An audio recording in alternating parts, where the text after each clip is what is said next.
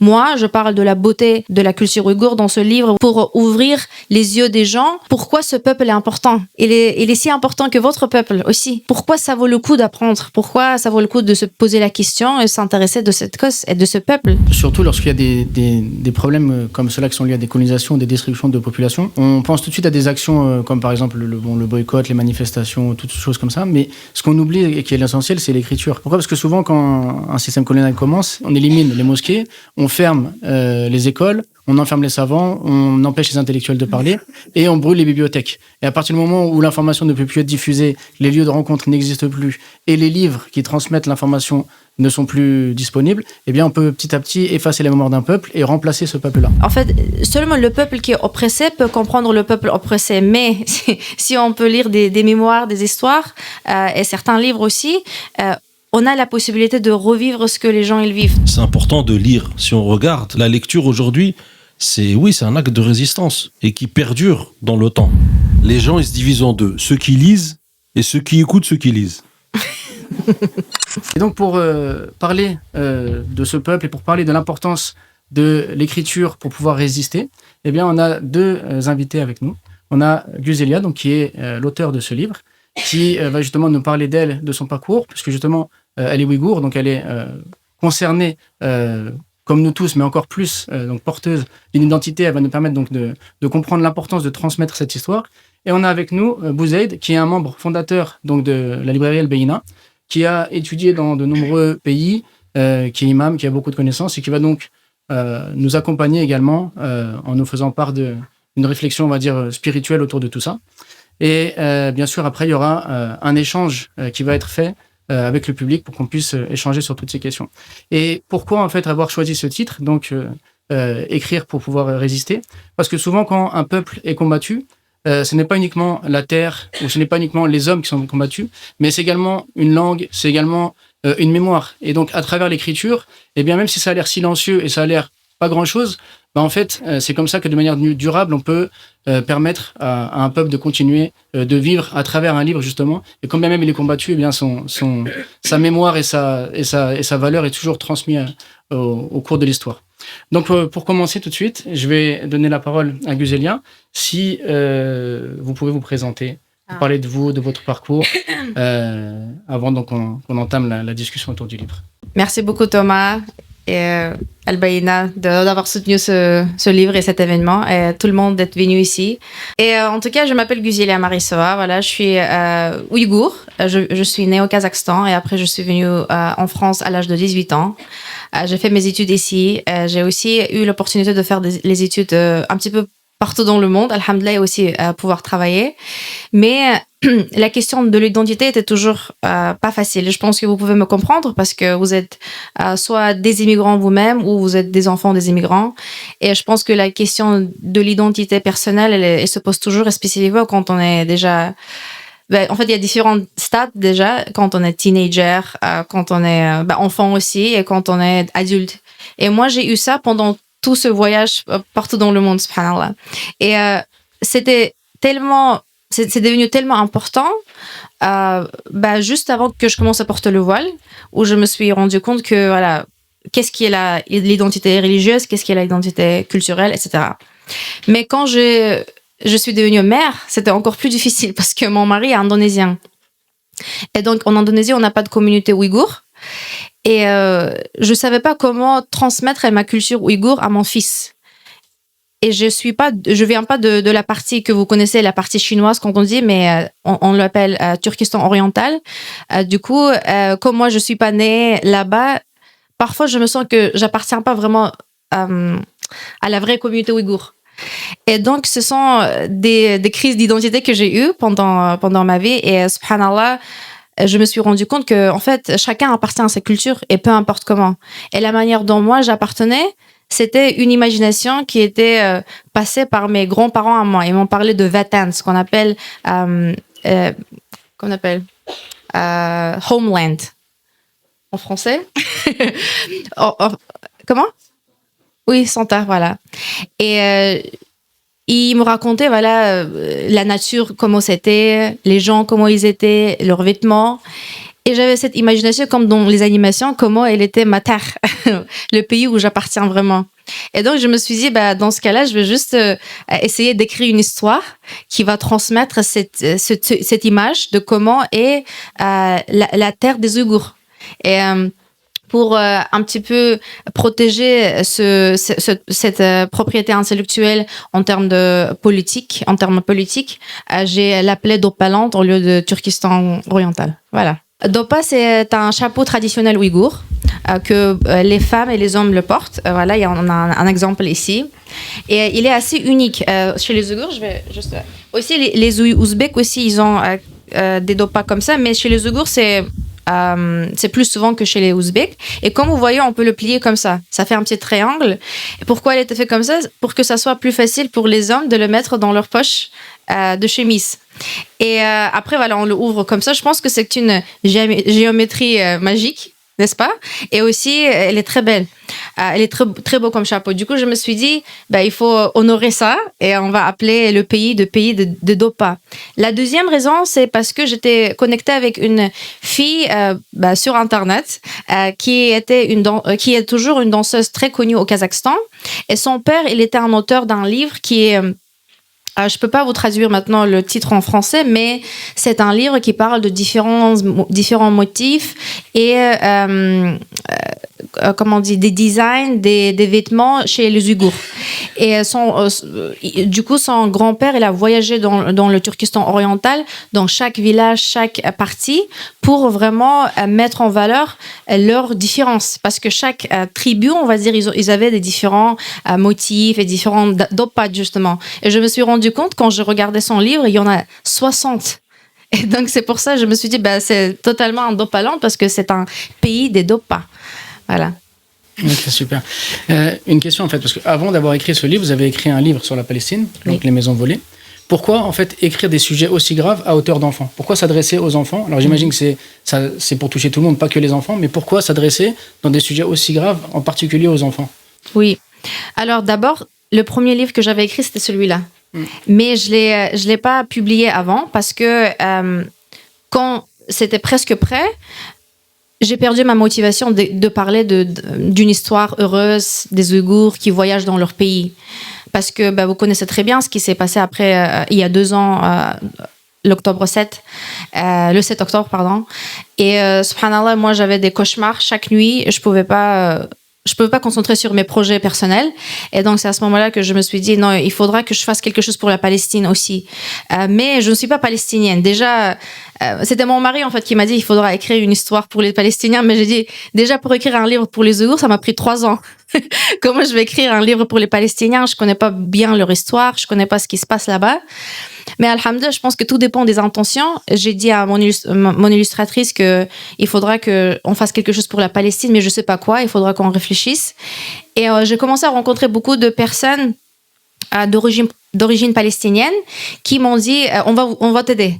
Parce qu'on n'a pas de voix ouïghour et on n'a pas de voix française qui parle aux enfants de ce qui se passe. Et pourquoi c'est important de parler aux enfants de ce qui se passe? C'est parce que c'est eux qui vont faire le changement après. Ils doivent connaître les actualités aujourd'hui dans le monde pour pouvoir trouver les solutions, s'inspirer des solutions et Inch'Allah devenir la solution. Merci beaucoup. طيب بسم الله الرحمن الرحيم الحمد لله والصلاة والسلام على رسول الكريم وعلى آله وصحبه أجمعين السلام عليكم ورحمة الله. Donc, dire que dit l'islam, c'est grand, parce que si on commence à, on va dire, parler de tout ce que dit l'islam dans ça, on peut ramener, on va dire, certains textes qui, Inch'Allah Ta'ala, nous donnent des grandes directives sur comment on doit penser sur ces choses-là. Parce que l'islam, sinon, c'est toute une conférence. On va essayer de faire court, Inch'Allah Ta'ala. Alors, ce qui me revient maintenant, c'est la parole d'Allah dans Surat Al-Baqarah, quand il nous dit « Fadhkurullah kadhikrikum abaikum aw ashadda dhikra ». Ce verset-là nous parle des Arabes à la Mecque lorsqu'ils faisaient le Hajj. Vous savez tous que avant la venue du prophète sallallahu alayhi wa sallam, les Quraysh faisaient le Hajj. Ils faisaient le Hajj mais ils avaient pour coutume de mentionner ces jours-là, c'est-à-dire les jours du Hajj, malgré que leur pratique était un petit peu erronée, parce que justement le prophète sallallahu alayhi wa sallam, quand il est venu, il a corrigé justement les choses qu'il ne fallait pas faire, les choses qu'il fallait conserver, il les a conservées, et les choses qu'il fallait changer, il les a changées, alayhi salatu wassalam. Et donc ce verset, il m'a interpellé là, juste avant que je vienne, subhanallah, ça m'a rappelé ça. Il dit « Fadhkurullaha kadhikrikum aba'akum aw ashadda dhikra » Les Arabes, donc, ils se réunissaient les jours du Hajj. Et qu'est-ce qu'ils faisaient? Ils parlaient de leurs aïeux, de leurs grands-pères, leurs aïeux, etc. Et ils disaient, oui, moi, mon père, il était de telle qabila, de telle tribu, de tel truc, etc. Et ils s'en vantaient. Ils disaient, moi, il a égorgé tant de chameaux pour... voilà. Ils disaient, moi, il a fait tant de sadaqat, tant d'aumônes, etc., etc. Et donc, Allah Azza wa Jal, quand il a parlé du Hajj, il a dit, Fadhkurullaha, à ce moment-là, c'est-à-dire ces jours de Hajj, où il mentionnait les Arabes, les Quraysh, où il mentionnait leurs aïeux, leurs parents, etc., par leur mérite, etc., eh ben, faites la même chose, mais mentionnez le nom d'Allah, plutôt que de mentionner la mémoire, en gros, de vos... Donc on voit bien que Allah subhanahu wa ta'ala n'a pas comment dirais-je, blâmer le fait qu'ils mentionnaient leurs parents. Mais il leur a dit, faites le dhikr d'Allah subhanahu wa ta'ala à ce moment-là. Pourquoi? Parce que c'est quelque chose, bien entendu, de meilleur. Mais on a quand même cette chose-là de se souvenir de nos aïeux. Et avant cela, la mémoire, ce qui est important dans la mémoire dans l'islam, c'est qu'Allah subhanahu wa ta'ala, dans une surah, dans surat Al-Qalam, Nun, wal qalami wa ma yasturun. Allah subhanahu wa ta'ala jure et dit Nun, donc la lettre, wal qalami wa ma yasturun, par la plume et ce qu'ils ont écrit. Donc, l'écrit, Allah jure par ce qu'ils ont écrit. Ça veut dire parce que tout ce qui a été écrit, en fait. C'est pas seulement voilà, le Coran ou autre. C'est tout ce qui a été écrit. Comme ils disent, les écrits restent et les paroles, ils partent. D'accord? Donc ici, Allah Azza wa Jal, il nous parle de devoir de mémoire par rapport aux parents, enfin les aïeux dans Surat Al-Baqarah. Il nous parle également de la mémoire par rapport aux écrits, qu'il faut donc l'écrire, la mémoire. Et ça, c'est très important, d'ailleurs, d'écrire. Pourquoi? Parce que ce qui ne s'écrit pas, comme on a dit, ça part. Et il y a aussi le prophète, sallallahu alayhi wa sallam, il dit dans un hadith, certains voient que il est élevé à lui, ce hadith-là, c'est « qayyidul ilma bil kitaba ». « Qayyidul ilma bil kitaba », c'est-à-dire enregistrer la science avec quoi? Avec l'écriture. Ça nous dit quoi? Ça nous dit qu'il faut absolument tout, si tu peux tout écrire, t'écris. Si tu peux tout écrire, si tu peux te souvenir d'un moment, etc., et l'écrire, c'est quelque chose de bien. Maintenant, puisqu'on parle des Ouïghours, on parle des peuples opprimés, etc., du dhulm, là, on a un devoir de quoi? De transmission de justice. Parce qu'on dit souvent l'histoire s'écrit par les vainqueurs, etc., etc. Mais en réalité, pour Allah subhanahu wa ta'ala, ce qui compte, c'est le haqq, c'est la vérité. C'est pour ça qu'Allah subhanahu wa ta'ala, il dit dans le Coran, il dit قُلْ جَاءَ الْحَقِّ وَزَهَقَ الْبَاطِلِ إِنَّ الْبَاطِلَ كَانَ زَهُوقًا. Dit est venue la vérité. Et la vérité, elle annule tout, elle annule le caduc. Et Allah subhanahu wa ta'ala aussi, il dit إِنَّ اللَّهَ يَأْمُرُ بِالْعَدْلِ وَالْإِحْسَانِ. Allah subhanahu wa ta'ala ordonne l'adl, la justice, والإحسان, et la bienfaisance. وَيَنْهَى عَنِ الْفَحْشَاءِ وَالْمُنْكَرِ. Et il interdit la turpitude et les choses mauvaises. Donc on voit, on a cette notion de mémoire, d'écriture, et aussi de quoi? De justice, d'écriture, et naam.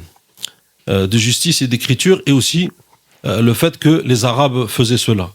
On a une multitude de textes qui nous montrent l'importance de la mémoire, ne serait-ce que aussi un exemple dans la sunna du prophète sallallahu alayhi wa sallam, également qu'on peut prendre, c'est, vous connaissez tous, le jeûne de Ashura.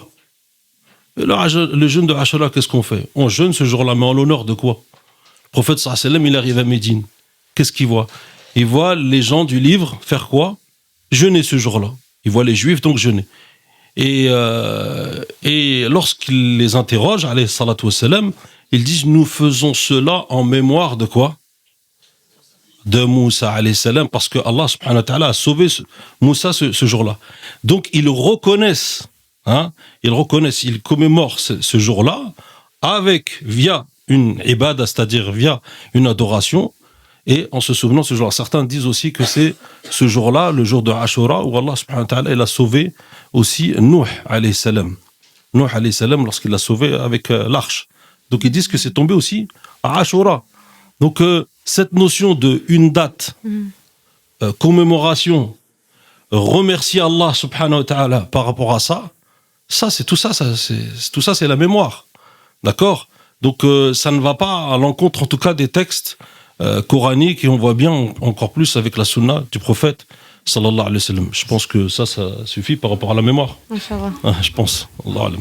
On voit justement aujourd'hui qu'on n'entend plus parler quasiment de la cause des Ouïghours. Et peut-être que même beaucoup de gens parmi nous connaissent que vaguement l'histoire des Ouïghours. Est-ce qu'il est possible que vous nous rappeliez un petit peu justement l'histoire de ce peuple et nous dire en quoi justement écrire un tel livre, c'est un acte de résistance, et lire ce livre, le faire découvrir à ses enfants, le partager autour de nous, ou bien même faire une assise comme ça, c'est un acte de résistance dans un moment où c'est un peuple finalement dont on n'entend plus parler. On a parlé pendant 2 ans de la Palestine, de moins en moins on en parle, et les Ouïghours on en parle quasiment jamais. Oui.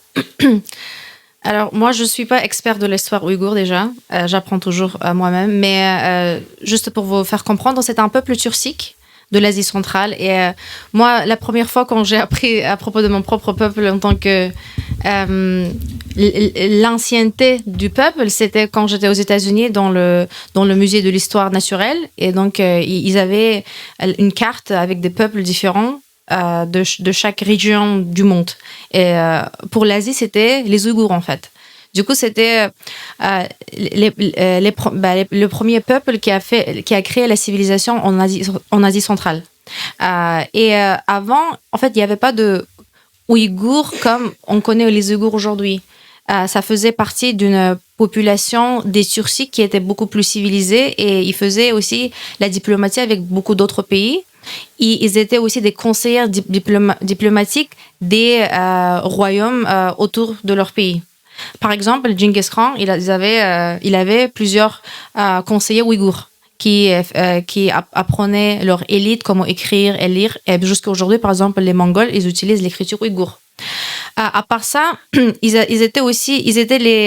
avaient toute la transmission. Ils étaient sur la route de la soie, et donc ils avaient toutes les religions pendant l'histoire de la route de la soie, où ils étaient des je ne sais pas comment on appelle ça en français, mais ceux qui... Zaraustrisme, c'est ça? Zarastia, voilà. Ils étaient des Zarastia. Après, ils avaient un type de créatinisme qui n'était pas traditionnel. Du coup, ils avaient tout. Et la religion pour laquelle les Ouïghours sont connus aujourd'hui en Asie, que j'étais très surprise, c'était le bouddhisme. J'ai vécu aussi en Corée du Sud, et j'ai voyagé plusieurs fois en Japon, et dans leur musée national, ils ont en fait une énorme partie qui est consacrée aux Ouïghours pendant le temps de bouddhisme, subhanallah. Et j'étais un petit peu choquée de voir un qui ressemble à moi. Du coup, vous voyez ce que je veux dire. Voilà, donc c'est comme ça que je commence à apprendre à propos de mon peuple aujourd'hui. Mais bien évidemment, c'est un peuple musulman aujourd'hui. La majorité des Ouïghours sont des musulmans. Après, il y a des mélangés aussi. Il y a des gens qui ne pratiquent plus, comme tout le peuple, partout. Et il y a aussi apparemment des Ouïghours qui vivent dans la partie de Mongolie, où ils pratiquent toujours la religion ancienne. Et aussi, ils parlent un ancien ouïghour. Et eux, ils les appellent Yougours. Voilà. Donc, il y a tellement de diversité, subhanallah. Mais qui, moi, en tant que Ouïghour, nous, on est des peuples turciques qui est majoritairement basé sur l'Asie centrale, dans Turkestan oriental, Kazakhstan, la Russie, etc. Et on a beaucoup de diaspora partout dans le monde aujourd'hui. En France aussi, on a assez. Et on a aussi en Australie, aux États-Unis, voilà. Et nous, on est majoritairement musulmans, mais quand même, je pense qu'avec cette adaptation et aliénation, on doit immigrer dans les différents pays. Beaucoup de gens, ils ont perdu le côté religion ou le côté tradition. Et moi, ce que j'avais quand j'étais petite, j'avais des livres qui parlent des Ouïghours, mais c'était des livres qui ne montraient pas les Ouïghours musulmans. C'était les Ouïghours culturels. Mais moi, j'étais Ouïghour sans religion quand j'étais petite, mais avec le temps, bien évidemment, je commençais à pratiquer ma religion. Mes parents, ils pratiquent la religion. Ma maman, elle porte le voile, mais je ne voyais pas ça. Et aujourd'hui non plus, beaucoup d'art et de la littérature qu'on voit aujourd'hui, elle ne parle pas vraiment des Ouïghours musulmans. Ce que je pense qui est très triste parce qu'on est un peuple divers et on est quand même majoritairement musulmans. On a des pratiquants aussi. Et pour moi, c'est très important de montrer ma version de la famille dans mon livre. Et c'est pour ça, en fait, c'est tellement important parce que en anglais, on dit narrative. Je pense que c'est mémoire, c'est ça. Le mémoire ou la manière dont on la communique, elle est tellement importante. Si on communique pas ce qui est la vérité pour nous, on va jamais pouvoir communiquer la vérité. Donc, c'est un moyen de communiquer ce qui est la vérité pour moi. Pour moi, la vérité est que, voilà, si vous avez lu le livre, il y a une famille ouïghour qui habite en France. Ils sont français et ouïghours en même temps. Et leurs enfants, ils connaissent pas leur pays parce qu'ils sont jamais allés dans le Turkestan oriental, mais ils sont toujours curieux. Et donc, ils auront une opportunité un petit peu magique où ils vont voyager dans le Dopalan, leur pays ethnique, dans leur rêve. Voilà. Et surtout parce que en fait, bon, déjà, on parle pas des Ouïghours de manière générale. Et souvent, lorsqu'on parle des Ouïghours, c'est des mouvements de droits humains qui récupèrent un peu la cause ouïghour et qui ont tendance à mettre de côté tout le côté de peuple musulman, l'identité musulmane. Oui. Donc c'est un double acte de résistance, parce que là, on parle des Ouïghours dans un moment où personne ne parle d'eux, mais on parle aussi que c'est un peuple musulman dans un moment où lorsqu'on présente la cause des Ouïghours, on a tendance à la dissocier de l'islam. Oui, c'est ça. Juste pour, en fait, vous avez parlé du fait qu'il y a en fait beaucoup de difficultés. En fait, le génocide qui se passe avec le peuple ouïghour. Mais subhanallah, la cause ouïghour et même le peuple ouïghour, il n'est même pas connu dans le monde. Et moi, en tant que stratégiste, même dans ça, j'ai un petit peu réfléchi stratégiquement.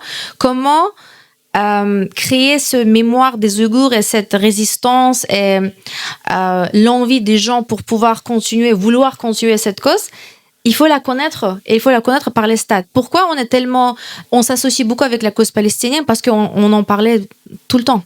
Même quand on était petit, on a vu que le peuple souffrait. Après, on était exposé par quelques films, quelques musiques, quelques livres qui parlent de la Palestine, la cuisine, les restaurants, les vêtements, voilà, le fashion, etc. Et donc, je pense que c'est la même manière dont il faut parler des autres causes. Moi, je parle de la beauté de la culture ouïghour. Dans ce livre, vous allez découvrir des costumes que vous voyez, c'est de vrais costumes ouïghours. Nous, on a pris vraiment beaucoup de temps de bien dessiner exactement comment ils sont dans la vraie vie. La nourriture, les bâtiments, en fait, l'architecture que vous allez voir, la nature, tout ça, c'est les vraies choses qui existent là-bas. C'est vraiment pour ouvrir les yeux des gens. Pourquoi ce peuple est important? Il est si important que votre peuple aussi. C'est pour comprendre leur beauté. Pourquoi ça vaut le coup d'apprendre? Pourquoi ça vaut le coup de se poser la question et s'intéresser de cette cause et de ce peuple? Et Inch'Allah, j'ai l'intention, pour la deuxième partie, faire connaître un petit peu comment on a perdu tout ça. Pour le premier livre qui parle de la Palestine, je pouvais directement parler de ça parce qu'on déjà connaissait qui sont des Palestiniens, comment il est beau le pays, le vent et tout. Mais ici, on découvre déjà qu'est-ce qui est le Dopalan et puis on va parler de la vérité qui se passe là-bas. Merci beaucoup. La grandeur et la beauté de la communauté musulmane, c'est qu'en fait, on partage tous la même foi, mais on est divers dans nos cultures. Est-ce que tu peux nous parler, Bouzaïd, justement de l'importance de se connaître, des droits qu'on a ou des devoirs qu'on a vis-à-vis justement de toutes les composantes de la communauté? Parce que souvent on connaît certaines parties du monde, on connaît certaines spécificités, et il y a plein de cultures qu'on ignore alors qu'ils font partie justement de cette même communauté. Taïb, pour revenir aussi sur l'importance de la mémoire, on a aussi la parole d'Allah subhanahu wa ta'ala qui nous dit لَقَدْ كَانَ فِي قَصَصِهِمْ عِبْرَةٌ. Allah nous dit, au sujet des prophètes, alayhimus salatu wassalam, qu'il y a dans le récit de ces histoires, l'histoire des prophètes, il y a des leçons à prendre. Lorsqu'Allah subhanahu wa ta'ala nous parle beaucoup de Sayyidina Moussa alayhi salam avec son peuple, souvent il dit yastad'ifu ta'ifatan minhum. Il affaiblit une communauté qui était donc les enfants d'Israël. Il nous parle souvent, Allah subhanahu wa ta'ala, de ça. Mais regardez, il explique ce que Allah Azza wa Jalla, donc c'est un livre d'histoire aussi, le Coran. Oui. C'est-à-dire qu'il nous ramène dans le temps ce qui s'est passé avec les Bani Israël. D'accord, ça peut se répéter également dans le temps. C'est ça aussi qu'il veut dire.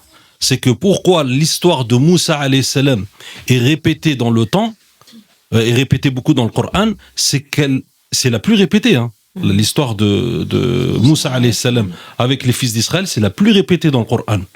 Mais il y a même un grand pieux qui a dit, en lisant le Coran, il a dit, mais ce Coran, il appartient à Moussa ou il appartient à Mohammed? Tellement cette histoire, elle était répétée. Mais si on regarde bien, on voit c'est un tyran qui affaiblit une communauté. Et que Allah subhanahu wa ta'ala finit par donner victoire à cette communauté. Mais s'il ne nous l'avait pas raconté, Allah subhanahu wa ta'ala, on ne l'aurait jamais su.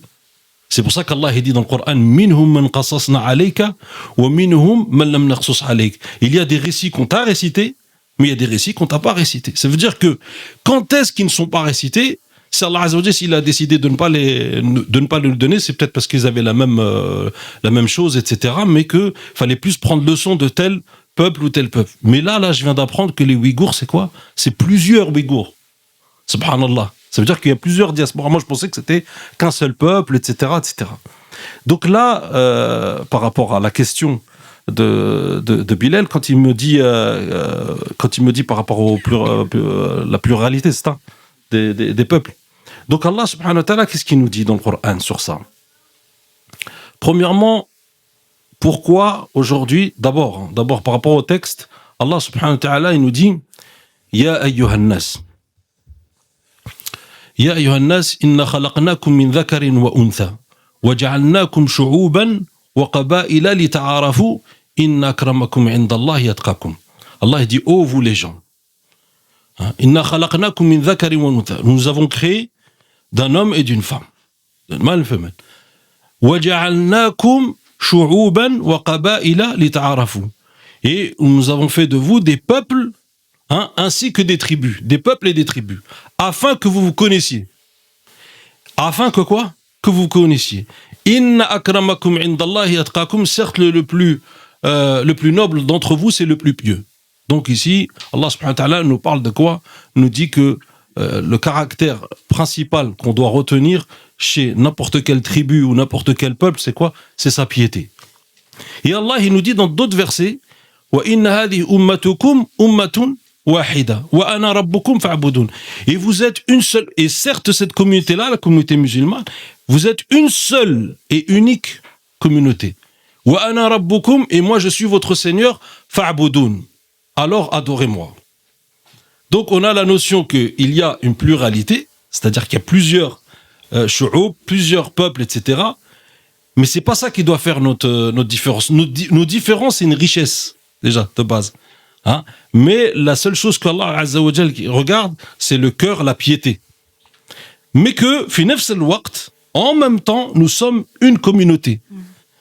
Nous sommes une seule communauté. Et le prophète, sallallahu alayhi wa sallam, donne l'exemple de la communauté. Il nous le dit, inna mathal al-mu'min ma'a al-mu'min, inna mathal al-mu'min lil-mu'min kal-jasad al-wahid. Certes, le croyant envers son frère croyant, il est comme un seul corps. Il est comme un seul corps. كمثل الجسد الواحد. إذا تداعى نعم مثل المؤمن للمؤمن كالجسد الواحد إذا تداعى يعني إذا تداعى نعم تداعى كالجسد الواحد ها إذا اشتكى منه عضو voilà إذا اشتكى منه عضو تداعى له الجسد بالسهر والحمى. Il nous dit lorsqu'il y a un organe qui est touché, hein, et ben le reste de son corps il reste en veille et il est en fièvre. Ça veut dire que lorsqu'il y a un membre de la communauté qui est touché, c'est comme si tu dois souffrir comme lui. Tu dois souffrir comme lui, subhanallah al-azim. Qui a cette notion-là? La yu'minu ahadukum hatta yuhibba li akhihi ma yuhibbu li nafsihi. Hein? N'est pas croyant, n'est pas réellement croyant, celui qui aime pour son frère ce qu'il doit aimer pour lui-même. Qui est à ce degré-là aujourd'hui? Normalement, quand tu vois Palestine, vous savez pourquoi Palestine? Pourquoi on voit beaucoup? Parce que c'est vrai que c'est lié avec quoi? Avec le Quds. Oui. Voilà. C'est le Quds, c'est Palestine, c'est vrai, il y a ça. Mais les Ouïghours, il y en a partout. Hein. Il y a aussi en Somalie, il y a au Yémen, il y a des pays, subhanallah, ils se font littéralement écraser. Subhanallah. Par exemple, Palestine, subhanallah, là, je crois qu'on a atteint le record avec Palestine. Hein. Là, vraiment, Palestine, subhanallah, on a atteint le record. Mais les Ouïghours, on ne sait pas aussi qu'est-ce qui se passe réellement. Ouais. Parce que si personne ne parle, si personne ne dit qu'est-ce qui se passe là-bas, comment on peut le savoir? Donc, heureusement qu'il y a des gens comme ça qui viennent, qui nous montrent qu'est-ce qui se passe. Et nous, normalement, on doit souffrir exactement comme ils souffrent. Sinon, t'es pas croyant. Yani, ta foi, elle est basse. Ne serait-ce qu'avec le cœur. Ne serait-ce qu'avec quoi? Ne serait-ce qu'avec le cœur. Car le prophète sallallahu alayhi wa sallam, il dit dans un hadith, من رأى منكم منكرا فليغير بيده فإن لم يستطع فبقلبه فإن لم يستطع بلسانه فإن يستطع فبقلبه وذلك ضعف الإيمان. Le prophète sallallahu alayhi wa sallam dit, celui qui voit un mal, celui qui voit quelque chose qui lui fait mal ou qui voit un mal, qu'il le change avec sa main ou sinon avec sa langue ou sinon avec son cœur. Et il dit وذلك أضعف الإيمان. Et cela est la plus basse des fois, c'est le plus bas niveau. Ça veut dire quoi? Ça veut dire qu'aujourd'hui, tu vois une vidéo des Ouïghours qui se font opprimés, etc. Ou une vidéo de ton frère musulman. Tu vois ça. Et tu dis, moi j'aime. Ah là, voilà, ça, il y a une remarque. On voit des gens qui voient ces vidéos-là et disent, moi je peux pas regarder ça. Et qu'est-ce qu'il fait? Subhanallah, il efface la vidéo. Tandis que toute la journée, il reçoit des vidéos, chocolat ou je ne sais quoi, ou bref, je ne veux pas commencer à rentrer dans ce qui est. Il va recevoir n'importe quelle vidéo, il va faire quoi? Il va la transmettre. Mais, vous savez, les rappels là, qu'on transmet, même si c'est des hadiths ou des ayats, etc., on les transmet, mais à la fin, si c'est pour pas vivre ce que ton frère y vit, si c'est pour pas passer à l'action, faire une sadaqa, ou acheter quelque chose qui va dans la cause pour sauver, etc., c'est ça la Ummah. Ouais. C'est ça la Ummah. On n'est plus une Ummah à partir de ce moment-là. Donc, c'est l'action qui prime ici. C'est l'action qui prime. C'est ces livres-là. D'accord? C'est l'action qui prime. C'est la parole, les écrits, c'est ça qui reste. Le boycott aussi, c'est une... Le boycott aussi, parce qu'on nous a dit oui, les boycotts, etc. On a même entendu que c'était haram. Je dis, maintenant le boycott c'est haram. Comment tu fais alors? Quand le Sidna Yusuf alayhi salam dans le Coran, qu'est-ce qu'il dit? Il dit, Fala kayla lakum al-yawm. Vous savez, pour faire revenir ses frères, qu'est-ce qu'il a dit? Il dit, aujourd'hui, vous n'aurez pas de pesée. Si vous venez pas, je vous prendrai pas votre marchandise. C'est un prophète, et il a fait le boycott. Pour faire revenir, c'était une ruse pour faire revenir. Alors, si je commence à vous énumérer les textes dans ça, on n'a pas fini. Mais, subhanallah, comment, même t'es insensible à ça. Alors, t'as pas le boycott, cherche une autre solution, fais quelque chose d'autre. Mais de toujours se taire ou toujours effacer la vérité. Et une fois, wallah, j'ai vu une chose sur les Ouïghours. Une fois, j'ai vu un mini-reportage. Vous savez, les trucs bruts, je sais plus quoi, là, les tout petits reportages. Et ils ont parlé des Ouïghours. C'était des gens qui n'étaient pas musulmans qui ont parlé des Ouïghours. Et ils ont vraiment énuméré tout ce qui se passait là-bas, etc. Le dhulm, l'injustice qu'on leur fait. À la fin, vous savez ce qu'ils disent? Ils disent, mais pourquoi les musulmans, ils bougent pas? Il y en a un, vous savez ce qu'il a dit? Wallah, c'était honteux. Il a dit, c'est peut-être parce que c'est des musulmans aussi. Moi, wallahi, l'azim, quand j'ai entendu ça, il a dit, c'est peut-être parce que c'est des musulmans. Mais maintenant, on les médiatise pas assez parce que justement, parce que déjà, on a un média, parce que bon, après, c'est des autres histoires. Mais vous vous rendez compte, yani, à quel niveau on est arrivé? Donc, hadihi l'umma, elle souffre, mais wallahi, si elle se met pas main dans la main et elle ressent pas, surtout le sentiment, d'abord, c'est le cœur. Hein, et ensuite, c'est les actes. Mais si Allah dit illa alladhina amanu, le cœur, wa amilu, et les œuvres, les actes, c'est ça qui compte. Wallahu ta'ala alam. En fait, surtout lorsqu'il y a des problèmes comme ceux-là qui sont liés à des colonisations, des destructions de populations, on pense tout de suite à des actions comme par exemple le boycott, les manifestations, toutes choses comme ça. Mais ce qu'on oublie et qui est l'essentiel, c'est l'écriture. Pourquoi ? Parce que souvent, quand un système colonial commence, il enferme les savants, il enferme les intellectuels, il détruit les écoles. Par exemple, quand la colonisation de l'Algérie a commencé, ce qui s'est passé en premier, c'est la transformation des mosquées en églises ou bien des mosquées en lieu de stockage pour l'armée ou autre, etc. Donc en fait, on élimine les mosquées, on ferme les écoles, on enferme les savants, on empêche les intellectuels de parler et on brûle les bibliothèques. Et à partir du moment où l'information ne peut plus être diffusée, les lieux de rencontre n'existent plus et les livres qui transmettent l'information ne sont plus disponibles, eh bien on peut petit à petit effacer la mémoire d'un peuple et remplacer ce peuple-là. C'est pourquoi souvent on a l'impression qu'il faut donc des actions un peu fortes pour dénoncer, mais l'action la plus silencieuse mais la plus durable, c'est le livre. Parce qu'à travers un livre, justement, eh bien, des informations essentielles qui sont la mémoire d'un peuple se conservent et passent de personne en personne. Et peut-être que même c'est des années après que ce peuple l'ait énormément subi, que les livres vont être dépoussiérés et qu'on va reparler d'un peuple et de sa spécificité et faire revivre et renaître justement tout un patrimoine qu'on avait tenté d'effacer. C'est pour ça qu'il ne faut jamais négliger l'importance du livre, l'importance de l'écriture et l'importance surtout de la diffusion des idées à travers les livres. Et chacun peut avoir son rôle. Ça veut dire qu'il y a l'auteur qui fait un rôle en transmettant une information, il y a l'éditeur qui fait un rôle en éditant un livre, il y a celui qui va acheter le livre, qui va le diffuser, en fait, tout le monde a ce rôle. Et c'est comme ça qu'on peut préserver des mémoires et des identités, parce qu'on n'a pas la possibilité de faire face à des états et de changer des situations. Mais par contre, on a tous la possibilité de transmettre la mémoire d'un peuple. Et si il y a quelques années, personne n'avait jamais entendu parler des Ouïghours, aujourd'hui de plus en plus on en entend parler, et le fait qu'il y ait un livre, c'est une occasion de se réunir, et ainsi de suite. Et ça doit être fait pour plein d'autres peuples. On parle bien sûr de Gaza, mais il y a aussi le Soudan. Il y a énormément de pays qui subissent une tentative donc de faire disparaître un peuple, mais également la mémoire d'un peuple pour pouvoir les remplacer. Donc c'est là qu'en fait on a chacun un rôle à jouer. Et c'est en ça, donc, je pense qu'un livre, c'est un véritable acte de résistance, encore plus que les autres actions, et ça participe sur la durée. Maintenant, moi, la question que j'aimerais vous poser, c'est qu'est-ce que vous souhaitez à travers ce livre que les gens retiennent, justement ? Quel est le message que vous souhaitez que les gens retiennent, et comment chacun d'entre nous, justement, peut participer pour faire connaître et aider la cause ouïghour, que ce soit à travers ce livre ou à travers d'autres initiatives ? Oui. En fait, il y a plusieurs choses que je voulais aussi passer par ce livre. Tout d'abord, déjà, la beauté de la culture ouïghour. J'aimerais bien que les gens comprennent pourquoi c'est tellement beau, c'est important, comme toutes les cultures dans le monde. Moi, je suis une des... je soutiens tout ce qui est héritage et l'ethnicité, la diversité. Moi, j'aime bien, en fait, comme Allah subhanahu wa ta'ala nous a créés tellement divers et qu'on peut apprendre de l'un et l'autre. Et donc, je pense que ce livre, ça montre la diversité des Ouïghours. Après, aussi, il y a... en fait, seulement le peuple qui est oppressé peut comprendre le peuple oppressé. Mais si on peut lire des mémoires, des histoires et certains livres aussi... on a la possibilité de revivre ce que les gens ils vivent. Du coup, dans ce livre, gentiment, on explique c'est quoi ce sentiment de vouloir aller chez soi.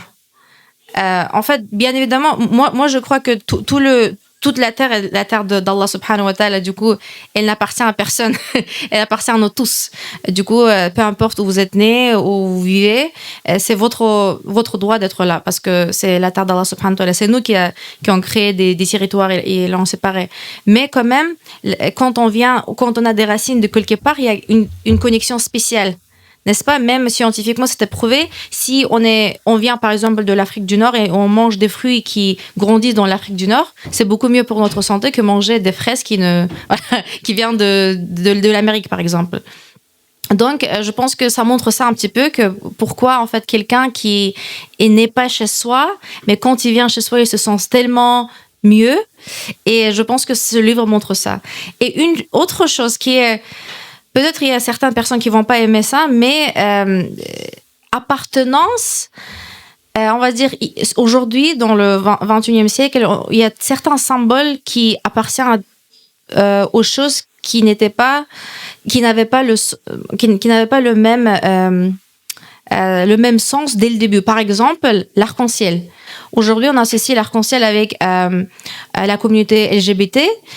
Et je pense que c'était un peu triste pour moi en tant qu'une fille qui adorait les arcs-en-ciel. Je voulais l'avoir partout. Et même aujourd'hui, quand je veux acheter quelque chose avec l'arc-en-ciel, j'ai parfois l'impression que je serais jugée, que les gens vont penser que j'essaie de montrer quelque chose que je fais pas personnellement par-ci, mais je fais pas d'action contre ou rien. Parce que ça me personnellement concerne pas. Mais l'arc-en-ciel, c'est quelque chose qui est dans la nature, qui était créé par le Dieu. Et ça appartient à tout le monde. Peu importe de quelle communauté ils font partie. Et c'est pour ça que je voulais montrer en fait que chez les Ouïghours, on a Atlas qui est... Ah, subhanallah. Voilà. Atlas, c'est la soie qui était faite par la technique ICAT, c'est-à-dire elle est tellement colorée qu'elle a toutes les couleurs de l'arc-en-ciel. Et c'était une idée que j'ai eue et je me suis dit, ah oui, pourquoi de ne pas montrer comment les enfants de la France voyagent dans leur pays par l'arc-en-ciel et qui va transformer dans la soie. Et vous allez voir dans une des pages, l'arc-en-ciel justement se transforme en soie. Et la soie qui rentre dans le milieu de textile où on en fait, comment on appelle ça? On tisse la soie. Voilà. D'accord. Moi, ce que je vous propose à chacun de, si vous voulez, dire un mot de conclusion et après qu'on puisse procéder à un échange avec le public, puisque vous avez certainement des questions à poser à l'auteur. Alors, juste pour revenir sur ce qu'a dit notre frère Bilal, par rapport à l'écriture, comme on a dit, Allah subhanahu wa ta'ala a dit wal qalami wa ma yasturun, par la plume et ceux qu'ils écrivent. Et Allah subhanahu wa ta'ala, lorsqu'il a l'une des premières créatures qu'il a créées, c'est le qalam. C'est al-qalam. Al-qalam, c'est-à-dire le kalam, avec lequel il a écrit. Il lui a dit uktub. Allah subhanahu wa ta'ala dit écrit. Il lui a dit écrit. Et oui, le premier verset c'est iqra. Mais ici, il lui a dit uktub, écrit. Et comme a dit Bilal, c'est vrai qu'on n'aurait jamais connu ces histoires sans l'écriture. C'est important de lire. Si on regarde la lecture aujourd'hui, c'est un acte de résistance et qui perdure dans le temps. Et si on oublie ça, Allah subhanahu wa ta'ala, ça veut dire qu'il faut utiliser les mêmes outils qu'Allah subhanahu wa ta'ala nous a donnés, tout simplement. S'il a dit uktub, on uktub, inshallah ta'ala. Et le fait de voir le mal et l'écrire, ça aussi, c'est ce qu'on appelle une shahada, ce qu'on appelle un témoignage du tarikh. Et c'est très important de témoigner. Allah dit wala taktumu shahada. Et ne cachez pas le témoignage. Ne cachez pas le vrai témoignage. Ça, c'est très, très, très important. Et pour revenir sur le hadith du prophète, alayhi salatu wassalam, lorsqu'il dit celui qui voit un mal, qu'il le change avec sa main. Sinon, qu'il le change avec quoi? Avec sa langue. C'est-à-dire, si tu peux pas écrire, alors parle. Et si tu peux pas, alors avec le cœur. Et ça, c'est la plus basse des fois. Mais là, j'appelle tous ceux qui ont des téléphones et qui peuvent transmettre. Aujourd'hui, c'est quoi? C'est beaucoup la transmission des données.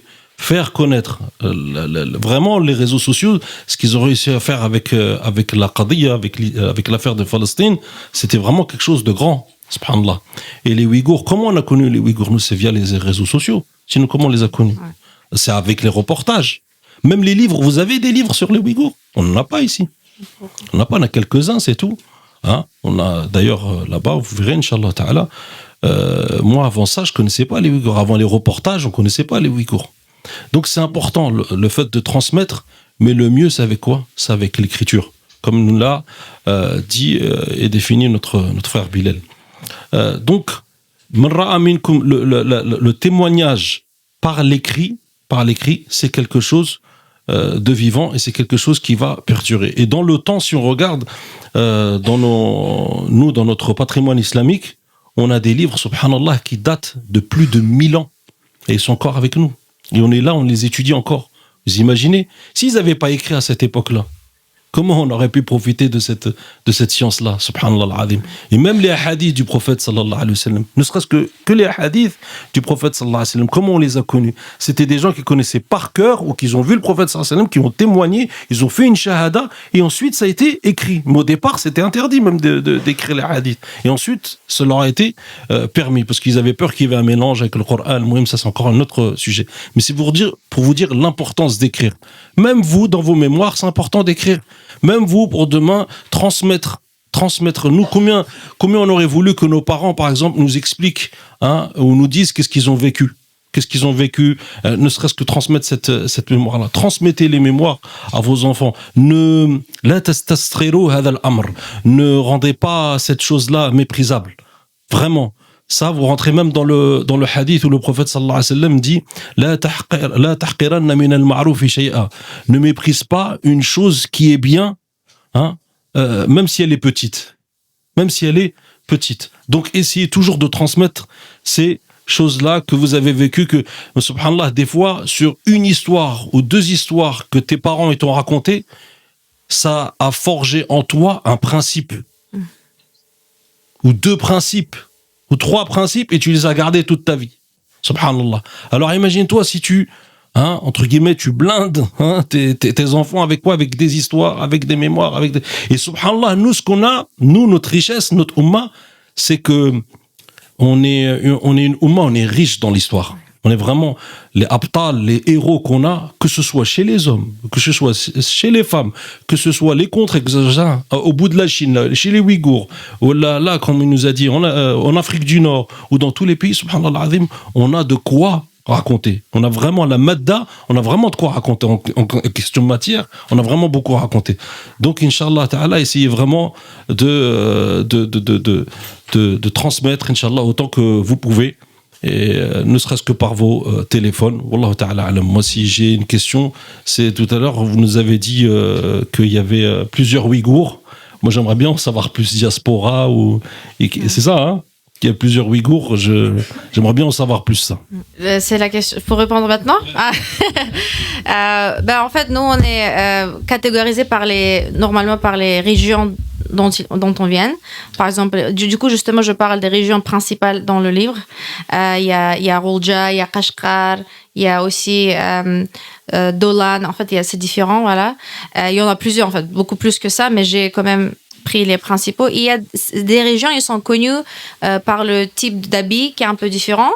La langue, elle est plus ou moins la même, mais il y a un petit accent. Comme les Français, par exemple, voilà. Aussi, c'est différent dans le sud et dans le nord, etc. C'est la même chose avec les Ouïghours. Et puis, comme je vous avais dit, ces Ouïghours qui sont mongols aujourd'hui, ça, je connais pas trop, mais c'est quelque chose que j'ai appris aussi séparément. Mais ils s'associent pas trop avec les Ouïghours d'aujourd'hui. Voilà. Mais ils sont considérés comme les anciens Ouïghours. Mais aujourd'hui, par exemple, si vous voyez d'autres peuples turciques, spécifiquement les Turcs, ils disent souvent que les Ouïghours sont leurs ancêtres. Ce qui est vrai, en fait, voilà. Du coup, on est considérés les Turciques, les plus anciens Turciques, en fait, qui existent aujourd'hui. Voilà. Ils parlent arabe? Ils écrivent en arabe. Dans la langue, on a plusieurs mots arabes, mais non, pas nécessairement par arabe. Et moi, ce que je voulais dire, j'espère que cette histoire va vous plaire, Inch'Allah. Je pense qu'il est, pour moi personnellement, il est tellement important parce que c'était mon moyen de transmettre ce que moi, je considère être mon pays d'appartenance à mon fils. Et Inch'Allah, j'espère que ça va créer un amour vers le Turkestan oriental pour que lui aussi, il pourra être beaucoup plus curieux et se poser des questions. Comment je pourrais y aller un jour? Et comment ça se passe là-bas? Comment je pourrais aider aux gens là-bas? Etc. Inch'Allah. Et le succès de ce livre, il est tellement important pour que moi et mon équipe, on puisse continuer de créer ce genre d'histoire. Par exemple, on a... actuellement travaille sur le 3e livre qui va parler du Soudan.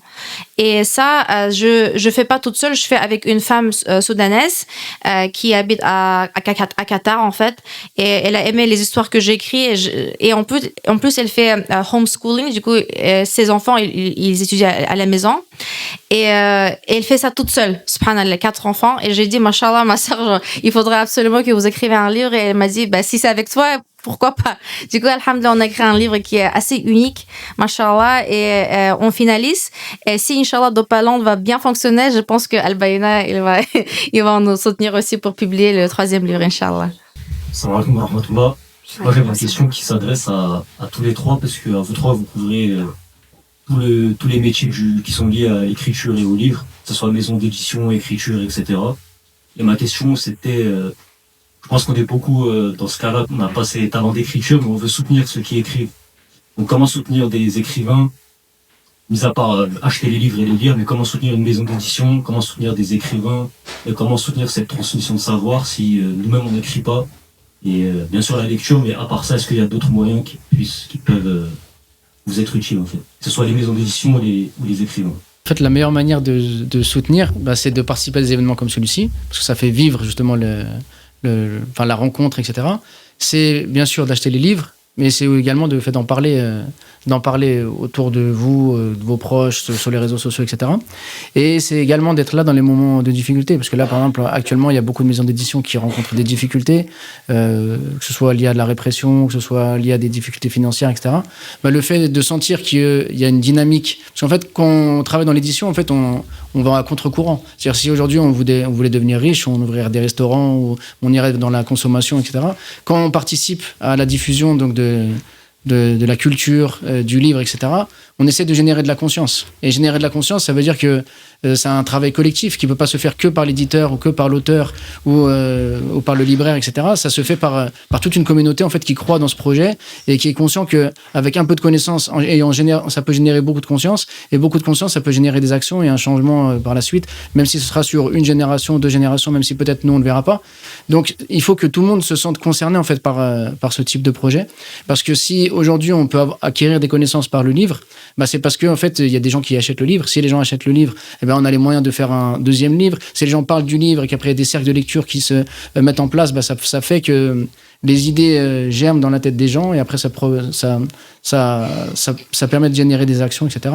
Donc, pour aider un petit peu, par exemple, vous n'êtes pas à l'aise avec l'écriture, mais vous pouvez ouvrir dans votre mosquée ou dans votre quartier un cercle de lecture. Vous regroupez autour d'un livre, ça permet d'avoir un moment convivial, ça permet de se réunir autour d'autres choses que les choses habituelles, un match de foot ou autre, etc. Donc autour des idées. Et ces idées, petit à petit, ça fait prendre une certaine conscience, une certaine maturité, et ça génère des actions qui seront utiles. Donc parmi les moyens de soutenir, venir ici, faire des cercles de lecture, parler des livres autour, et puis quand une maison d'édition est dans la difficulté, de faire front avec elle pour pouvoir l'aider à passer cette étape et à continuer, parce qu'en fait c'est un travail collectif et c'est dans l'intérêt général en fait le fait qu'il y ait des maisons d'édition, des livres, des auteurs qui s'impliquent. Donc c'est une application on va dire collective. Voilà. Je sais pas si tu veux ajouter quelque chose. Ouais. Moi ça va être court on va dire. Les gens ils se divisent en deux, ceux qui lisent et ceux qui écoutent ceux qui lisent. Voilà. Donc puisque c'est le cas, on va dire aujourd'hui c'est beaucoup par les réseaux sociaux. T'as beaucoup de contenu, etc. Et t'as des gens qui arrivent à rester une journée au téléphone. Mais normal. Bon, je crois qu'on est un peu tous dessus, hein, quasiment, mais des heures en tout cas, avec le téléphone. Transmets. Tu transmets. Transmets quoi? L'amour du livre, l'amour de la lecture, l'amour de la mémoire. Hein? Une fois, il y avait une personne qui enseignait le Coran, mais l'enseignait avec dureté. Il prenait les enfants, allez, apprenez par cœur et tout. Il croyait que c'était avec le dabbous. Hein? Il y en a un, il a retiré son enfant de l'assise. Il a dit non, je veux pas ça. Il a dit pourquoi? Il a dit il va détester le Coran. Donc faites aimer la lecture autour de vous. Faites aimer les mémoires. Faites aimer ça. Din Islam, alhamdoulilah. Wa ma arsalnaka illa rahmatan lil alamin. Nous t'avons envoyé que comme miséricorde pour l'humanité. C'est sur qui? Le prophète alayhi salatu wassalam. Quand il est venu en tant que rahma alayhi salatu wassalam. D'accord? Donc essayez toujours d'avoir le sentiment de rahma. Ça c'est une rahma, hein, enseigner et transmettre, ça c'est une rahma, c'est une miséricorde. Donc essayez toujours de faire aimer. Je dirais plus ça, wallahu ta'ala alam. Inch'Allah, je pense que je suis complètement d'accord avec tout ce que vous avez dit. Mais aussi, j'ai oublié de mentionner d'ailleurs, en fait, ces livres-là, ces séries Eldar et Elnour spécifiquement, ce que je fais, c'est 100% charité. Du coup, moi, en tant qu'auteur, je ne reçois rien de ce livre. De tous les livres que je vais faire pour cette partie, en fait, c'était une intention pour contribuer aux causes que je peux pas autrement contribuer, en fait. Comment j'ai arrivé là, et parce que quand on fait une donation, par exemple, 200 € pour la cause palestinienne, Et on va faire ça chaque mois, par exemple. Au bout d'un an, on sera fatigué un petit peu. Il y a une tendance qui s'appelle la fatigue de donateur, qui malheureusement existe. Et du coup, les gens, parce que la cause ne s'améliore pas. En fait, il n'y a rien de changement qui se passe. Puis c'est comme pour la Palestine, par exemple, on peut le voir. Mais je me suis dit, il faut avoir un impact différent. Du coup, là, par exemple, j'ai investi le même argent que j'aurais investi pendant un an pour la Palestine. Au lieu de donner directement pour une ONG, j'ai décidé d'investir pour créer un livre. Et après la vente, en fait, tout ce qui je devais recevoir, au lieu d'aller vers moi, ça va directement dans les ONG. Et du coup, plus on, comment on dit, empreinte, c'est ça? Plus de copies on fait, plus de donations les causes reçoivent. Et chaque livre, il va dans la cause de quelle elle parle. Le premier livre, c'est pour la Palestine. Du coup, on a soutenu déjà plus de 10, si je me trompe pas, ONG palestiniennes partout dans le monde. Et là, Ouïghours, Inch'Allah, on va soutenir les initiatives des diasporas ouïghours dans les différents pays qui vont faire connaître la cause ouïghour et aussi soutenir ceux qui ont besoin. Voilà. Donc là, par exemple, un exemple, lorsqu'on a sorti le livre sur les maisons volées, donc sur la Palestine, ça a assez bien fonctionné parce que les milieux militants ont parlé du livre et du coup, le livre s'est assez bien vendu. Ce qui a permis donc d'avoir un deuxième tirage et donc d'avoir double financement pour les associations palestiniennes. Et là, on est sur le premier tirage et il a du mal à démarrer parce que les gens connaissent moins la cause ouïghour, sont moins sensibles à la cause ouïghour. Donc, une aide typique, c'est le fait d'en parler parce que ça permet de faire connaître les Ouïghours, mais ça permet aussi peut-être de créer un dynamisme autour du livre. Et comme elle a dit, les droits d'auteur sont reversés directement à des associations qui aident les diasporas. Donc ça, par exemple, acheter quelques exemplaires, les distribuer autour de soi, ça permet de faire parler d'un peuple qui est peu connu et de soutenir ce type de dynamique pour qu'on puisse après parler du Soudan et ainsi de suite. Et juste pour ajouter, je pense que ce que vous avez dit, mon frère, à propos de l'amour vers le livre, c'est tellement vrai. Et je me suis rendu compte que même, par exemple, si on va dans un anniversaire d'un fils d'une amie, par exemple, on achète des jouets. Et j'ai arrêté de faire ça. J'achète les livres au lieu de ça. Je pense que c'est aussi un moyen de, un petit peu réfléchir où on dépense notre argent. Si c'est un cadeau, pourquoi pas un livre. Voilà. Salam alaikum. Ça. Je suis pas habitué, donc je vais essayer de parler, m'exprimer correctement. Je voulais savoir, d'après vous, quelles sont les causes de cette... J'ai plusieurs questions. Quelles sont les causes de cette oppression? Parce qu'au début, moi, en tant que musulman de base, je me suis dit, c'est parce qu'ils nous appellent les musulmans. Et après, je me suis rendu compte qu'il y avait aussi une histoire de crainte d'indépendance, puisque culturellement et historiquement, ils sont plus proches on va dire, de tous ces peuples turcs, comme vous dites, Kazakhstan, Kirghizistan, Ouzbékistan, que de la Chine. Apparemment aussi par rapport aux routes de la soie, les nouvelles routes de la soie, comme ils les traversent, la Chine ne sont pas trop pour l'indépendance. Il y aurait même des ressources minières apparemment dans le pays. Donc, est-ce que vous savez exactement les causes aujourd'hui lesquelles?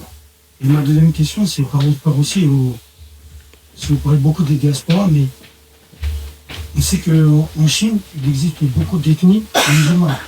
Mais beaucoup d'ethnies musulmanes. Qu'est-ce qu'elles font? Est-ce qu'elles font des choses pour essayer de soutenir cette cause?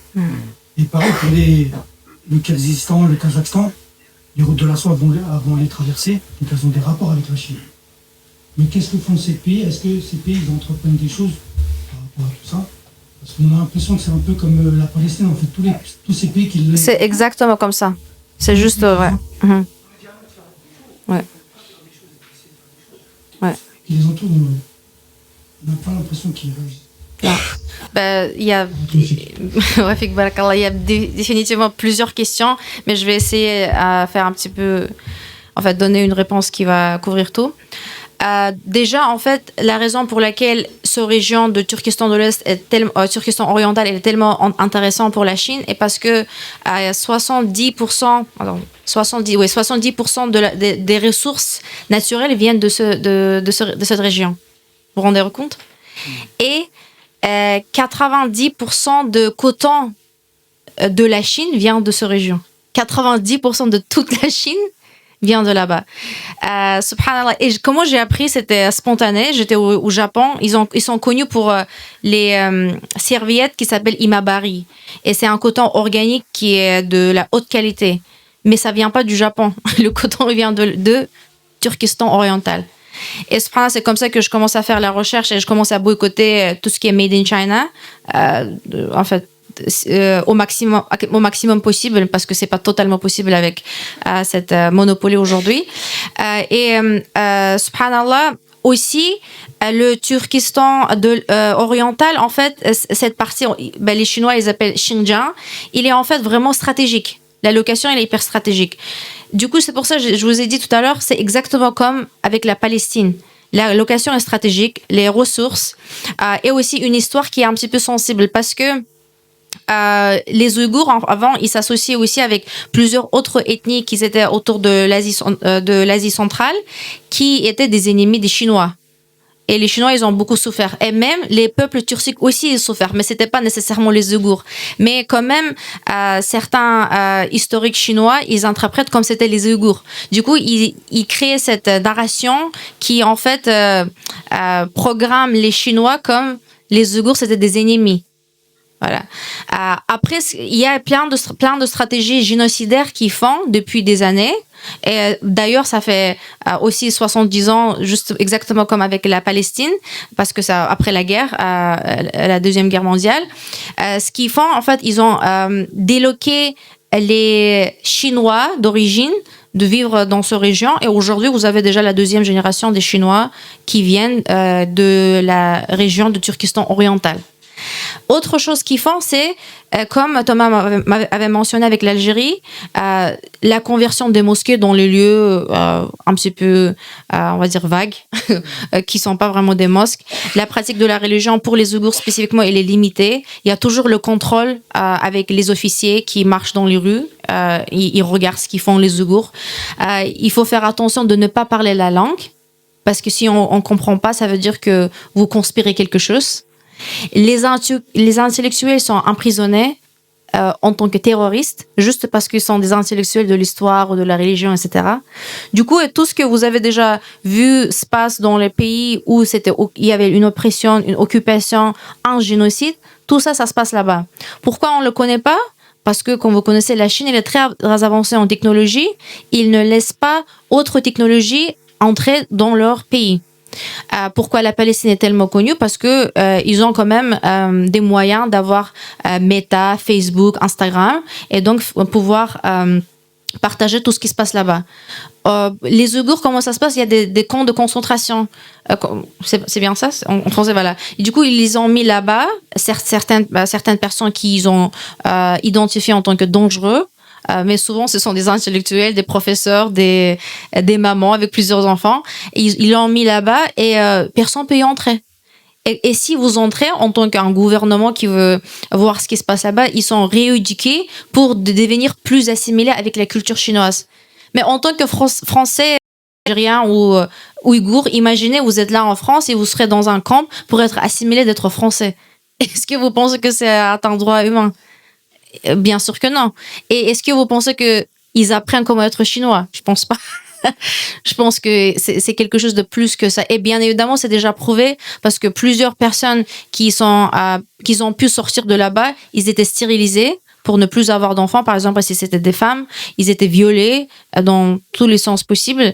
Et en fait, moi, je parle pas trop de la violence qui se passe là-bas parce que ça me fait mal au cœur d'imaginer un petit enfant, juste comme mon propre enfant, qui est en fait forcé de collecter le coton dans les champs ou aller dans les camps de concentration et ne jamais voir ses parents. Et ce sont des choses qui se passent et on le voit, mais on le voit dans la même manière comme les informations qui se passent, les actions génocidaires qui se passent dans les autres pays, parce que tout simplement c'est contrôlé par le gouvernement. Et vous avez parlé des pays, par exemple le Turquie comme Kazakhstan. Pourquoi en fait il n'y a pas de soutien et tout? C'est pas possible parce que c'est justement, on avait parlé de l'Algérie aussi. En fait, il y a des comment on appelle ça, des accords bilatéraux au niveau gouvernemental où les gens ils font de l'économie, de business, de commerce et ils essaient de ne pas mélanger la politique avec ça. Et subhanallah, aujourd'hui malheureusement on vit dans un pays où les gens ils utilisent ce genre de cause pour attaquer un autre. Et ce qui s'est passé aujourd'hui, c'est que la France ou par exemple les États-Unis, ils utilisent la cause ouïghour contre la Chine, pendant que les autres pays utilisent la cause palestinienne contre les États-Unis et l'Israël. Donc voilà, aujourd'hui, malheureusement, on se trouve dans un monde qui est politisé et pas du tout éthique. Et ce que nous, en tant que peuple, on peut faire, c'est vraiment juste passer de la vérité nous-mêmes. Voilà. J'espère que ça a répondu à vos questions. Oui. Déjà,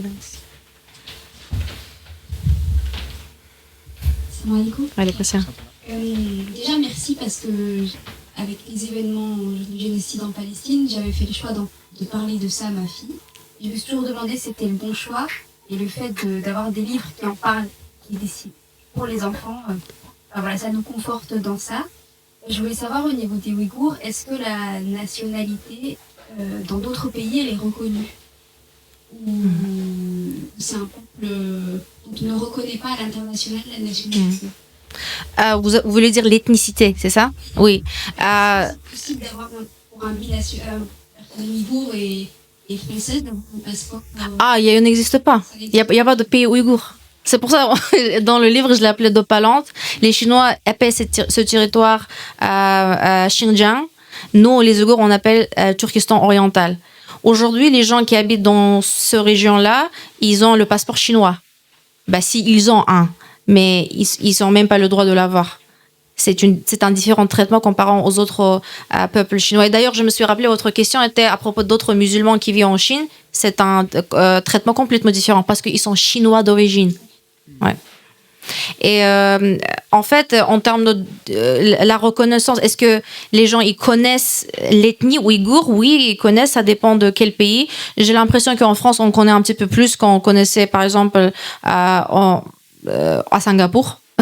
Voilà, j'ai remarqué parce que je pense qu'on a beaucoup de militants ouïghours qui sont ici, qui parlent de la cause. Aussi, le gouvernement parfois mentionne ça.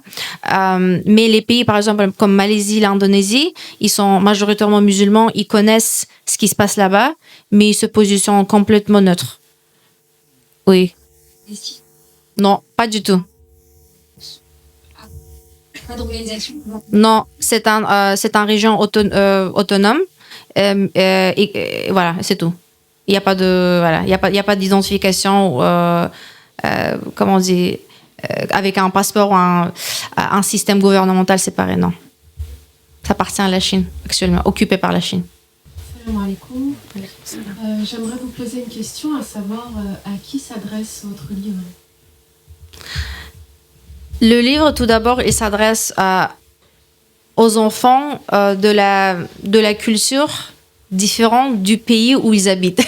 Je pense qu'en fait, chacun d'entre nous qui, par exemple, nous, les musulmans de France, majoritairement, ne sont pas français, mais c'est pas Thomas, bien évidemment. Voilà. Ou Maxime. Voilà, c'est rare. Du coup, nous, on sait qu'on n'est pas vraiment français. On sait qu'il y a quelque chose qui est un autre lieu où on appartient. Et du coup, je pense que chacun qui est dans cette situation-là, et peu importe, soit c'est en France, aux États-Unis ou dans les autres pays, je pense que chaque enfant qui a ce genre de situation, il pourra se retrouver dans le livre. Et c'est pour juste montrer que on peut appartenir à deux mondes. C'est pas un problème. Voilà. Et je pense que c'était ça l'objectif, parce que souvent on essaie de dire aux gens, si vous êtes français, vous n'êtes pas musulman, ou si vous êtes musulman, vous devez être arabe, par exemple. Du coup, moi, j'essaie de montrer ici que être français veut dire aussi être musulman, être ouïghour, par exemple, être d'une autre ethnie. Et j'essaie vraiment de montrer beaucoup de diversité dans mes livres. Et j'utilise pour ça la France, parce que je me sens française, même si je n'étais pas née en France.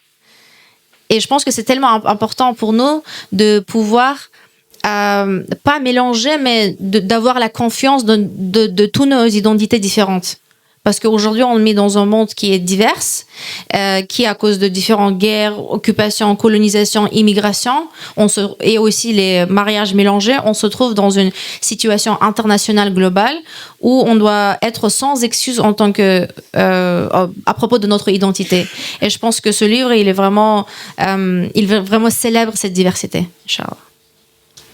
Aussi, si je peux ajouter quelque chose, c'est que souvent les livres qui parlent de la Palestine, des Ouïghours ou autres, c'est souvent des livres politiques qui sont durs d'accès, qui s'adressent, on va dire, à un public de spécialistes. Le fait d'avoir un livre qui est écrit à hauteur d'enfant, ça s'adresse finalement à tout public. Ça permet en quelques pages d'être sensibilisé sur une cause, ou de découvrir un peuple, de découvrir la beauté de sa culture, de ses vêtements, etc. Et d'avoir peut-être par la suite envie d'en savoir un peu plus. Donc certes, c'est destiné aux enfants en apparence, mais je pense que c'est beaucoup plus large finalement. Juste pour ajouter aussi, Allah subhanahu wa ta'ala, il nous a tout résumé avec ces deux versets-là. Inna hadhihi ummatukum ummatan wahida. Votre communauté, elle est seule. Vous êtes tous des frères. Vous êtes tous des frères et des sœurs. Et Allah Azza wa Jal, il dit aussi qu'on a plusieurs identités. وَجَعَلْنَاكُمْ شُعُوبًا وَقَبَائِلَ لِتَعَارَفُوا.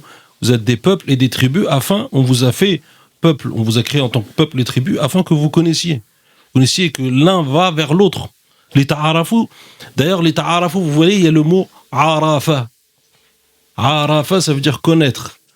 Certains disent même que le Jabal Arafat, qui est qui est dans le Hajj, oui, voilà. Pourquoi ils l'ont appelé Arafat? Parce que les gens se connaissent ce jour-là. Ils viennent de partout. Et la Mecque, c'est un centre mondial pour tout le monde.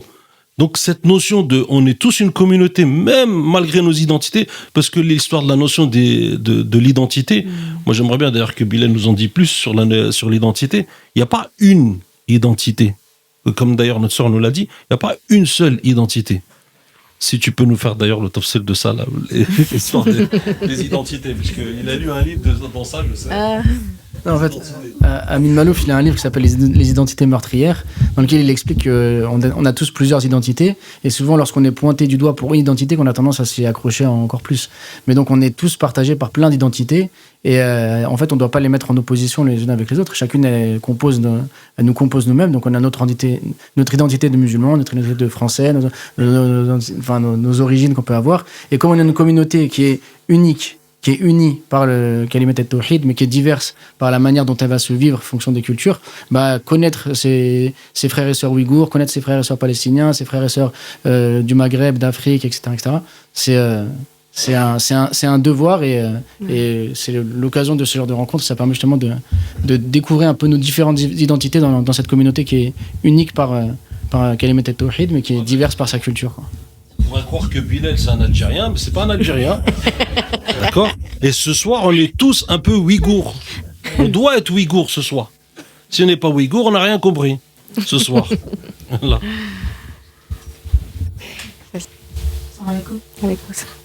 Je m'adresse à vous en tant que palestinienne. Donc, je sais d'avoir écrit un livre sur les Palestiniens en premier, avant même d'avoir écrit des livres sur les Ouïghours, me touche énormément. Donc, je tenais déjà en premier à vous remercier. Je suis, de par mon métier également, coach d'écriture, et j'accompagne les gens à écrire des livres. Bizarrement, concernant la cause palestinienne, je voulais le faire. J'avais même un projet de livre collectif avant le premier Ramadan, donc en 2024. Et ce projet n'a jamais vu le jour. Enfin, il est en drift sur mon ordinateur pour plusieurs raisons. L'une d'elles, c'est la peur de la répression palestinienne, puisque même en France, on va dire qu'il y a quand même une haine du palestinien, et je l'assume de le dire. Je voulais savoir comment, est-ce que vous, en l'écrivant, il y avait eu cette peur qui vous a quand même accompagné? Ah oui. C'est vraiment Oui. comment vous avez fait pour déjà le faire pour la cause palestinienne, puis ensuite le faire pour la cause du groupe, et autre chose pour laquelle je voulais aussi vous remercier, peut-être surtout pour la cause du groupe. Excusez-moi, un an de tremble complètement. c'est de ne pas nous représenter que comme des victimes ou des personnes qui sont des héros. Parce qu'en fait, on n'a pas envie d'être des héros, on n'a pas envie d'être des personnes qu'on prend comme modèle pour résister. On n'a pas envie de ça. On a envie juste d'être un peuple qui vit dignement, qui vit sur sa terre dignement, qui a la liberté de vivre, d'exercer sa foi, etc. On ne veut pas être des modèles pour qui que ce soit. Et donc, aujourd'hui, je pense que beaucoup voient les Palestiniens soit comme des victimes, soit comme des héros. Et moi, en tant que Palestinienne, j'ai pas envie qu'on nous voit ni comme l'un ni comme l'autre. Et voilà. Qu'est-ce que vous pouvez dire par rapport à ça concernant les Ouïghours? Et encore merci. De rien, waouh. Je pense que si on veut changer quelque chose, en fait, si on veut changer une idée que les gens ils ont à propos de nous, n'importe quoi, il faut qu'on fasse quelque chose pour le changer. Et si vous voulez pas des héros et des victimes, il faut justement écrire quelque chose qui ne parle pas des héros et des victimes. Je pense que dans mon livre, je ne parle pas non plus des héros et des victimes, vraiment, parce qu'à la fin, la personne qu'on pensait était héros, elle est en fait victime en même temps. Et je pense que c'est le rôle de... En fait, un peuple normal, il est comme ça. Je pense pas que un héros c'est quelqu'un de genre un super héros, voilà. Je pense que chaque personne peut être super héros et chaque personne se trouve en tant que victime. Et pourquoi pour moi en tant que Ouïghour qui n'est pas nécessairement passé tout le et vous aussi j'imagine on est de l'origine Ouïghour et palestinienne mais on n'a pas passé les mêmes atrocités que nos frères et sœurs y passent, mais on le sent comme si on le passait. Pourquoi? Qu'est-ce que vous en pensez?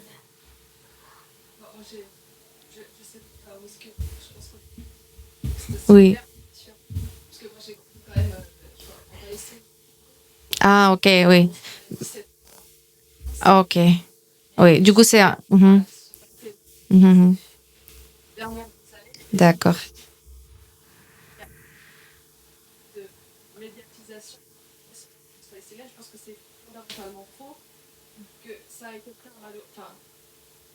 Ça a été le cas avec ces 2 dernières années absolument terribles, mais qu'après ça, d'arriver à ce cataclysme, à ce cataclysme.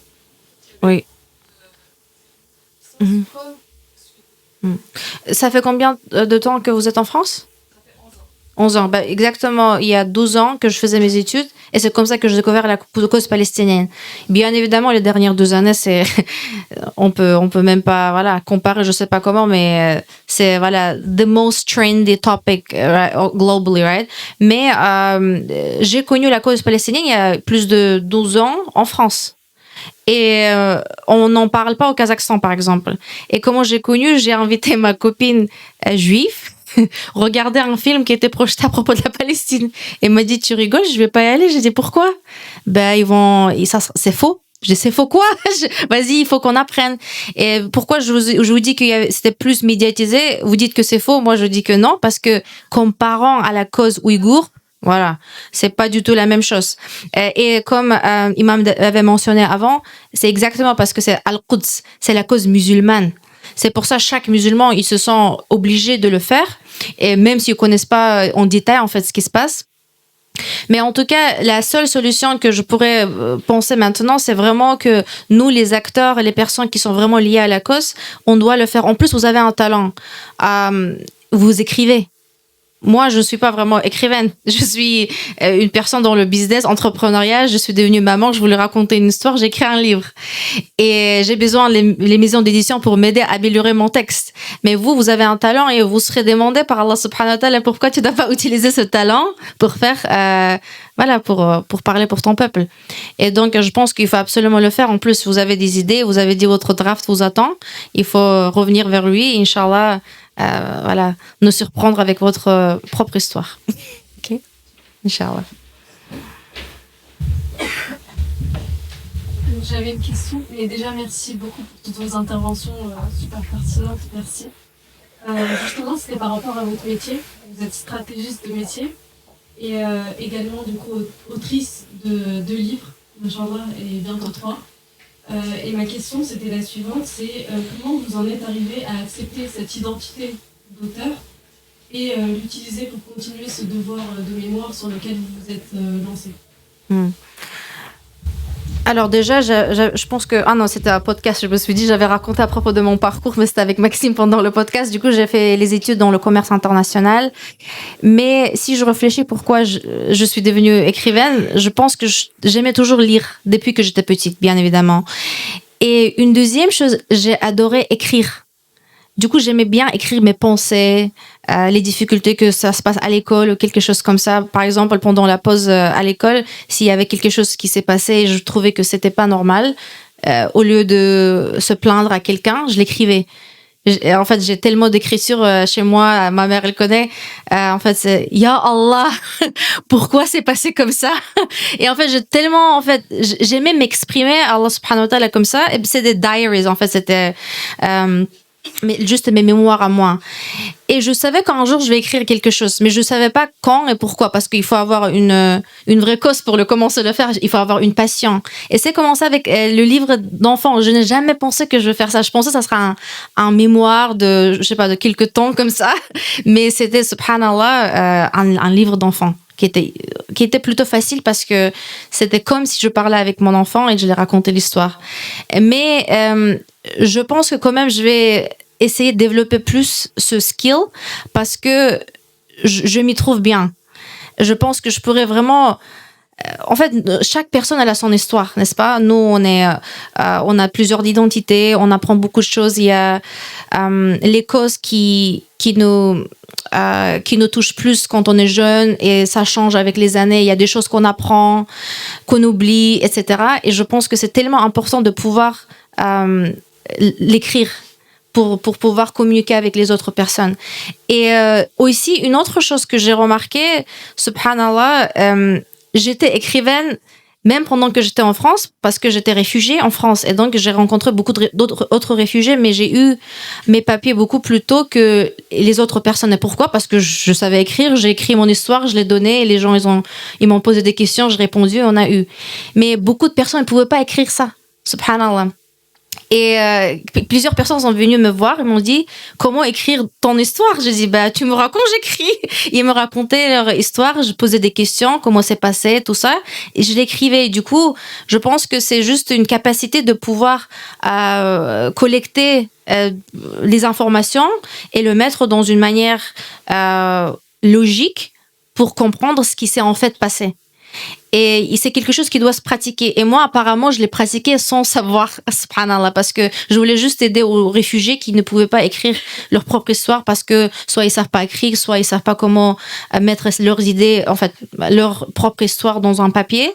Et subhanallah, aujourd'hui, là, je travaille, Inch'Allah, il y aura un projet où j'aide à un frère, subhanallah, qui travaille dans le milieu de da'wah, qui a vraiment beaucoup d'impact, machallah. On va parler de son histoire et c'est moi qui va être narrateur. En fait, il va me raconter et je vais l'écrire, Inch'Allah. Du coup, je vais essayer intentionnellement écrire quelque chose comme ça maintenant.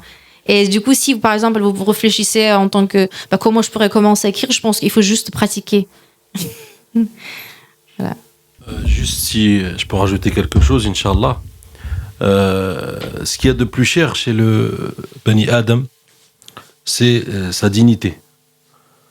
Azzawajal, il dit وَلَقَدْ كَرَّمْنَا بَنِي آدَمَ.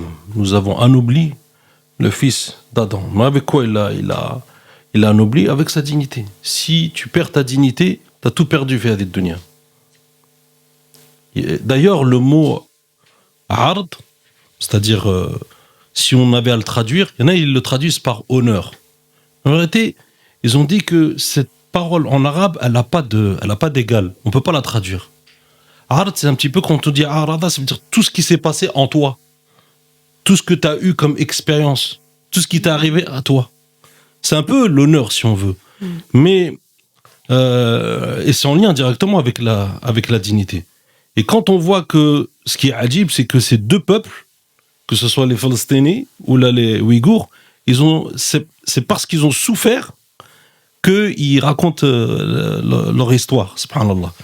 Et là, on a une sorte de Palestine qui vient, qui nous raconte son histoire, parce que voilà, le peuple palestinien, il a aussi subi.